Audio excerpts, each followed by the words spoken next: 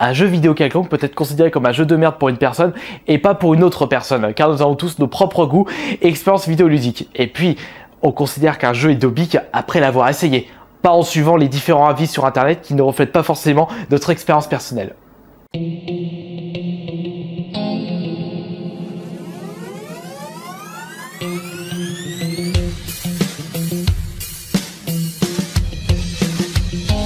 D'ailleurs, en parlant de jeux de merde, il y en a pas mal qui ont été jetés de ma collection, puisque j'en voyais pas l'intérêt et puis il me faut de la place. Alors, pour cette semaine, je n'ai acheté que 5 jeux dans 5 endroits différents, dont un collector et un jeu rétro. Eh bien, on va commencer par le rétro. Celui-ci a été acheté au Easy Cash. Strider. Je n'ai pas encore essayé celui-ci, m'a l'air sympathique, complet par contre, notice, ouais c'est vrai, la notice elle est en super bon état, ça c'est cool.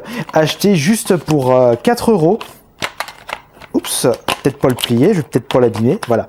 Acheté seulement 4 € au Easy Cash, ça c'est des bons prix de chez Easy Cash. Ensuite, un jeu seulement acheté au vide-grenier ce week-end, enfin pas ce week-end mais le week-end dernier, dimanche, j'ai trouvé que celui-ci en jeu. Killer is Dead pour la 360, je le possède déjà, je veux dire, sur la PS3, pas encore essayé, mais je l'ai acheté seulement pour 5 €. Alors celui-ci, ce sera tout de suite dans ma collection 360, un jeu de plus. On continue avec le jeu acheté à Micromania, pour 5 € seulement, Medieval Resurrection. Je le possède déjà, mais j'avais envie d'avoir une version normale et non une version Platinum, parce que ça fait assez laid. Et puis, le version Platinum, c'est pas le mien, c'est celui de ma chérie.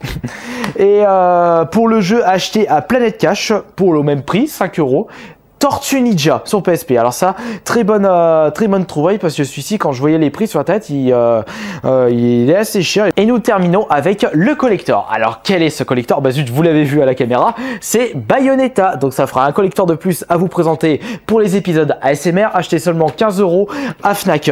Justement, bah celui-là, on va dire que je l'ai eu un petit peu gratuitement, parce qu'il me restait encore des bons d'achat sur la Fnac. Donc celui-là, c'est zéro sortie du compte en banque.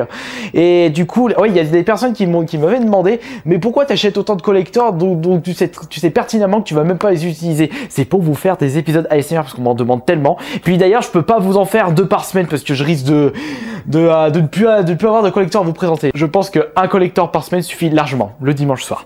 Donc voilà, c'est tout pour cette semaine, avec 5 jeux achetés, 2 jeux PSP, un jeu 360, un jeu PS3 collector et un jeu rétro Mega Drive. Et on continue avec à quoi j'ai joué cette semaine. Eh bien, cette semaine, c'était Paper Mario. Où est-il?